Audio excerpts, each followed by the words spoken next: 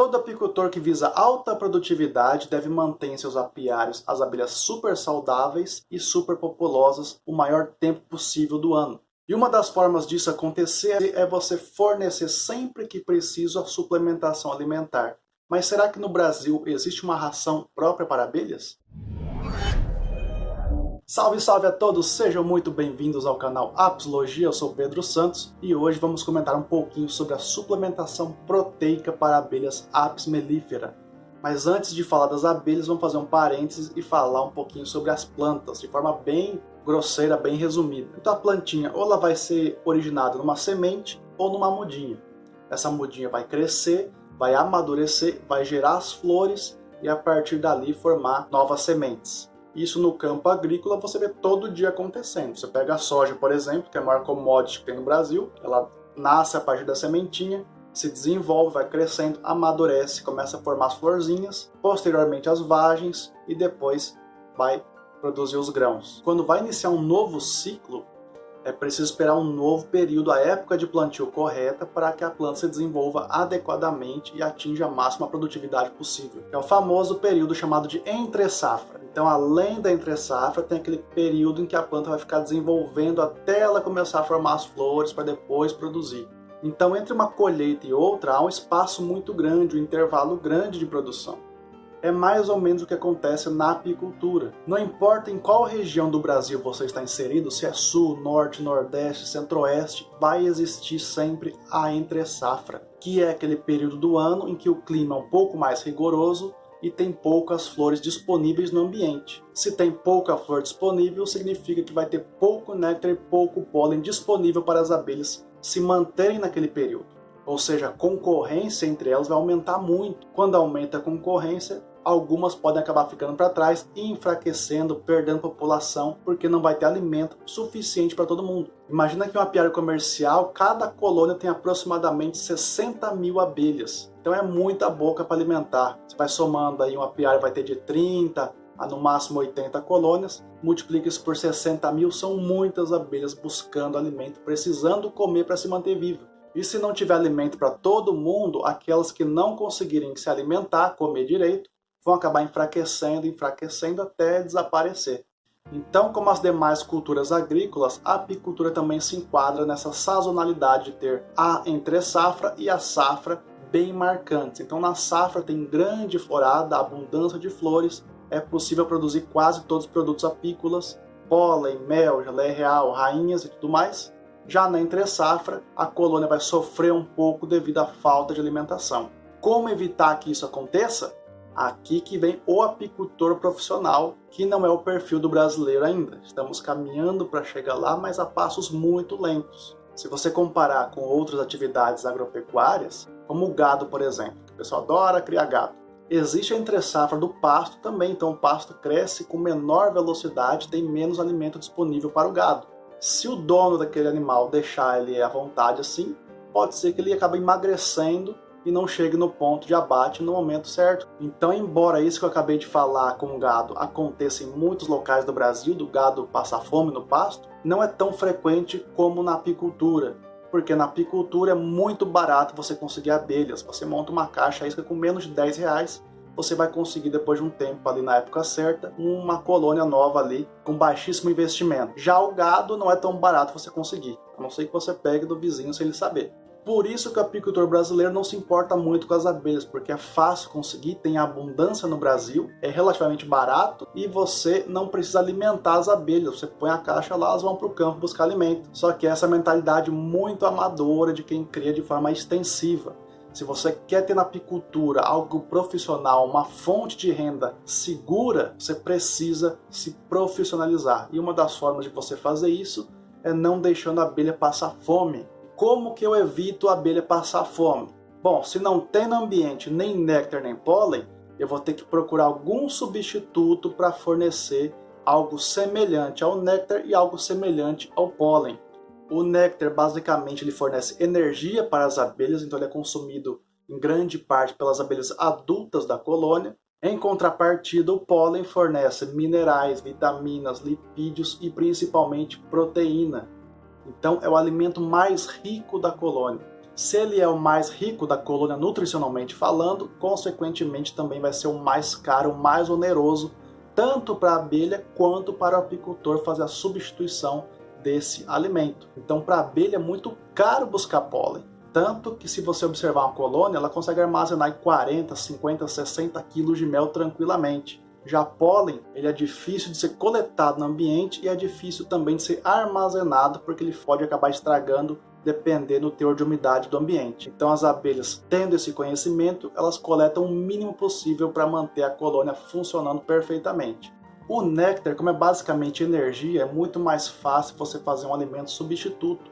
Basta você fornecer um alimento riquíssimo em energia que vai suprir a demanda das abelhas. Já a alimentação proteica é muito mais difícil de você conseguir elaborar, porque tem toda uma série de nutrientes, macro e micronutrientes, que precisam estar balanceados para suprir de forma adequada a demanda das abelhas. E é por esse motivo que não existe uma ração balanceada comercial no Brasil ainda, porque é muito difícil de ser elaborada, muito custoso. O que existem são misturas para abelhas. Então o pessoal pega ali alguns ingredientes, misturam e vai fornecer como um suplemento proteico. Essa mistura ela quebra um galho, ajuda muitas abelhas, mas não é uma ração balanceada. Imagina o seguinte, que tem um cachorrinho na rua lá passando fome, e você fica com dó daquele animal e fornece ali o resto do almoço que sobrou, um pouco de arroz, feijão e uns pedaços de carne para o cachorro comer. Você está ajudando demais ele já vai ficar muito melhor do que ele estava nutricionalmente falando. Além de ficar mais feliz, né? Só que não é uma ração balanceada. Na internet, aqui no próprio YouTube, tem aí dezenas de vídeos ensinando a fazer mistura para abelhas, o famoso bife proteico. Nada mais é do que uma mistura de ingredientes que vai fornecer ali proteína para as abelhas. Na internet, no próprio YouTube, se você procurar, tem dezenas de receitas de mistura para abelha, mistura proteica, o famoso bife proteico para as abelhas. Que é o que eu estou explicando para vocês. Essas misturas ajudam bastante a abelha, porque entre passar fome e ter algo para comer, é melhor ter algo para comer, embora não seja balanceado. Pessoal, agora eu vou fazer um desenho aqui para exemplificar tudo isso que eu acabei de falar de forma mais ilustrativa, um pouco mais didática. Aqui nessa figura nós temos o tempo, não importa se são dias, meses ou até mesmo anual ou vários anos aí. No eixo Y nós temos a alimentação, que eu vou colocar uma florzinha para simbolizar que tem alimento disponível na natureza. Eu não sou muito bom de desenho, mas acho que deu para entender a ideia. O que acontece na biologia da abelha naturalmente, lá na floresta, no ambiente que ela está de forma silvestre, que não tem interferência humana? Acontece, quando tem muito alimento, a colônia se mantém populosa, bastante abelhas, saudável, forte. Só que é natural em qualquer região do Brasil você ter um período em que a quantidade de alimento vai diminuir. Se essa quantidade cair, não vai ter tanto alimento para as abelhas mais, o que vai acontecer? A população vai diminuir, aquela colônia vai enfraquecer, vai diminuir a quantidade de abelhas que ela tem. Quanto menos alimento ela vai ter, mais a população vai cair. Até chegar no momento em que ela vai desaparecer, simplesmente a colônia morreu por fome. Esse período mais crítico, que tem pouco alimento, é chamado de entre-safra. Então sempre entre uma safra e outra existe uma entre-safra, que é o período mais crítico, o clima um pouco mais rigoroso e não tem tanto alimento no ambiente para as abelhas. Só que da mesma maneira que a entre-safra vem, chega uma hora que a natureza volta a ter abundância de alimento. Quando volta a ter alimento em grande quantidade, as colônias, por mais fracas que elas estejam, vão tentar buscar o máximo de alimento no campo. Novamente, a rainha volta a fazer postura e a população cresce novamente. Aí, enquanto tem bastante alimento, a população se mantém alta, se mantém forte, saudável. A hora que começa a cair o alimento, a população volta a cair, o ciclo se repete eternamente. E o que acontece? Muitos apicultores aqui no Brasil, eles mantêm a biologia natural das abelhas no seu apiário, só que de forma inadequada. Porque quando chega na época da safra, que a abelha está armazenando alimento para passar entre a safra com mais tranquilidade, o apicultor vai lá e colhe o mel, deixa as abelhas sem nada. Então, na hora que chega entre a safra, já não tem alimento no ambiente, o apicultor tirou o que ela tinha, aí, meu amigo, a chance de sobrevivência é bastante baixa. Tanto que é comum aqui no Brasil o pessoal perder acima de 30% de colônias anualmente por fome devido a esse manejo inadequado. Quando falamos de apicultura profissional, qual que é a função da sua apicultura profissional? É você ter uma empresa apícola eficiente e lucrativa. Para ela ser eficiente e lucrativa, você tem que amenizar o máximo possível o efeito aqui crítico da entre-safra. E como que você faz isso?